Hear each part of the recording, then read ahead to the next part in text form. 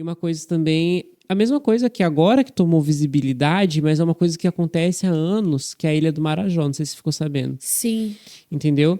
Então, assim, são assuntos que. E também já aproveitando, né, o lugar que você trabalha com Infância. infância. Então, assim, você como advogada, trabalhando na área, o que você acha de toda a situação que está acontecendo? O porquê do poder público ainda não tomou providência, enfim, no geral. Tá. Aqui eu não vou falar como funcionária da Defensoria Pública, Uhum, estagiária de pós-graduação. Eu vou falar como Ariene, que tem conhecimento jurídico, mas que, assim, essa é uma situação, Wesley, que ela é muito complicada porque a criança, ela sempre foi negligenciada na sociedade. uhum, Antes do ECA, que a gente tem hoje, que eu acho que assim, é um dos maiores avanços em direito da criança que existe atualmente, é o Estatuto da Criança e do Adolescente, é o ECA. É perfeito? Não é. Mas é um avanço muito bonito, já que a gente tem em proteção da criança. Mas ele é recente, ele é da década de 90, entendeu? Até a década de 90, a criança ela era vista como uma propriedade da sociedade, ela não era nem uma pessoa. A criança ela era um objeto da qual a lei falava, entendeu? Mas ela era isso, ela era um objeto. O que é um objeto? É essa câmera que filma a gente, é essa poltrona. A criança, ela era isso. Então, a criança, ela sempre foi negligenciada na sociedade. A criança, há um passado não muito distante, eu não estou falando nem de 200 anos atrás, ela era jogada numa roda. E quem quisesse pegar, pegava. Na frente de uma igreja católica. Era isso que se fazia com a criança que era abandonada. E muitas eram, por inúmeras situações. Porque nasceu deficiente. Eu vou falar de 60 anos atrás. Meu pai foi uma criança deficiente, um bebê deficiente.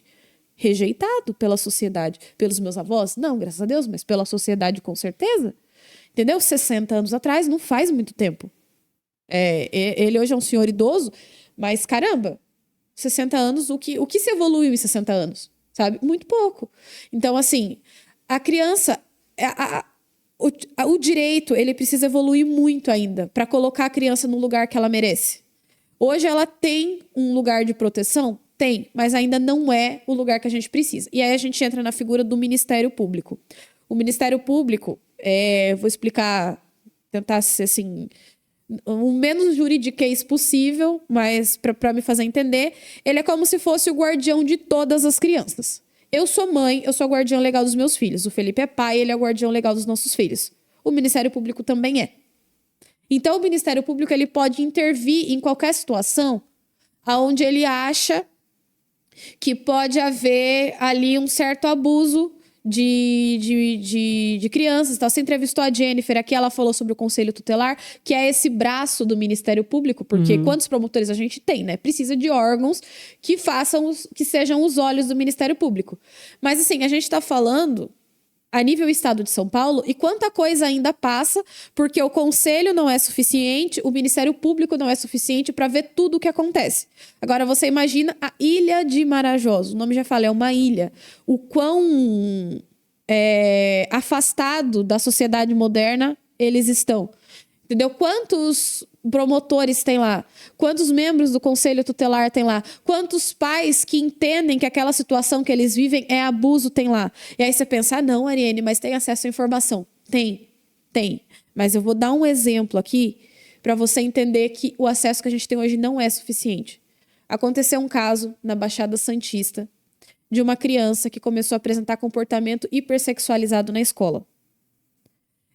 Os pais foram chamados, a mãe, na realidade, que essa criança vivia só com a mãe, e foi relatado que o menino estava abaixando, ele devia ter por volta dos 8, 9 anos de idade, abaixando a calça e mostrando o órgão genital dele ereto para as meninas e tentando esfregar nas meninas em sala de aula.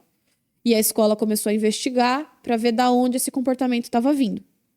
E aí a mãe, na maior naturalidade do mundo, Baixada Santista, estado de São Paulo, lugar que a gente entende que é desenvolvido, falou, não, mas é porque há tantos meses atrás ele teve a primeira ereção dele, então eu iniciei ele sexualmente. Meu Deus. E a mãe falou na maior naturalidade possível. causou aquele choque, o Ministério Público foi acionado e começou uma investigação em cima daquela família. E descobriu-se que, naquela família, os filhos eram iniciados sexualmente pelos pais, como uma espécie de cultura familiar, comum não só naquela família, mas naquele bairro aonde eles viviam, na Baixada Santista. E quando essa mãe entendeu que o que o pai fez com ela foi abuso sexual e que o que ela fez com o filho foi abuso sexual, ela entrou num surto quase psicótico, precisou ser contida por um período em hospital com medicação para se acalmar e tudo mais. Precisou de terapia porque ela queria matar o próprio pai. Porque, por conta de ter sofrido uma vida de abuso sexual, entendendo que essa era uma dinâmica familiar saudável. Como cultura, vamos dizer assim. Como cultura, para ela, isso era uma dinâmica familiar saudável. Era assim que as famílias faziam, porque foi essa a vivência que ela teve. E foi essa a vivência que ela passou pro filho dela. E ela acabou sendo uma agressora sexual sem saber que estava agredindo o filho sexualmente. No século 2021, entendeu? Então, assim, no século 21, aqui, 2020, 2022, isso deve ter acontecido, não lembro exatamente o ano, mas é recente. É muito recente. E isso é um caso. Então, assim, existe acesso à informação? Existe, mas essa informação não chega nas comunidades mais marginalizadas. Essa informação possivelmente não chega lá. Quem está convivendo com toda essa situação, existe a possibilidade real deles não saberem que essas crianças são vítimas de violência. Eles talvez achem que quando mandam um filho para o tráfico sexual, eles estão mandando para uma oportunidade melhor de vida que os pais não podem garantir. Então, assim, essa é uma questão que não envolve só a justiça, é uma questão de saúde pública, é uma questão de acesso à informação. Isso envolve muito mais coisas, isso envolve cultura, isso envolve desmistificar uma vivência que vem de séculos, entendeu? É um buraco muito mais embaixo. Isso envolve de você olhar a criança como um ser digno de proteção e não como um objeto do Estado. E assim, é igual eu falei, o ECA é da década de 90. Muitos juízes que estão atuando hoje são de antes da década de 90, vieram lá do Código de Menores. Existe o ECA? Existe. E eles estão cagando e andando para isso. Eles ainda agem como se a criança fosse ali um bicho que você pode jogar num abrigo, você pode devolver para a família, você pode mandar para a família adotiva pode rejeitar e devolver para o abrigo, o que é muito mais comum do que você imagina. Aí essa criança faz 18 anos, o Estado não tem mais responsabilidade sobre ela, larga ela, Deus dará, ela vira um traficante, ela vira um morador de rua. Um morador de rua, ela vira uma prostituta, ela vai fazer mais um monte de filho que vão virar objeto do Estado até fazer 18 anos, que o Estado vai abandonar também, e esse ciclo vai só se perpetuar. Por quê? Porque a gente não olha para a criança como ela merece ser olhada.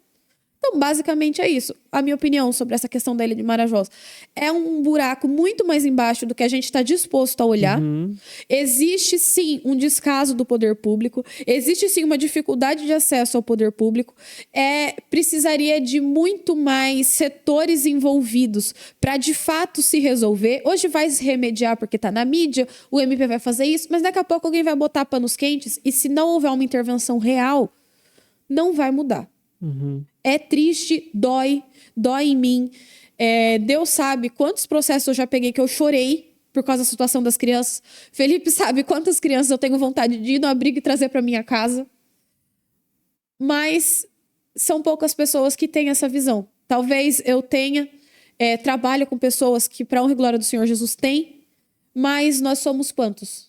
100? 200? Para um país de quantas pessoas tem no Brasil? 200 milhões? Não sei. Entendeu? Agora a geografia ficou não é a minha área também. Mas você entendeu? É uma porcentagem muito ínfima, perto do real, da dimensão do nosso país. E aí a gente precisa também considerar que nós temos um país com dimensão de continente. Né? O Brasil é maior que a Oceania, que é um continente inteiro. Então, assim, a gente culpa o poder público e tal, mas quão grande tem que ser o poder público para conseguir chegar em todas as regiões desse país?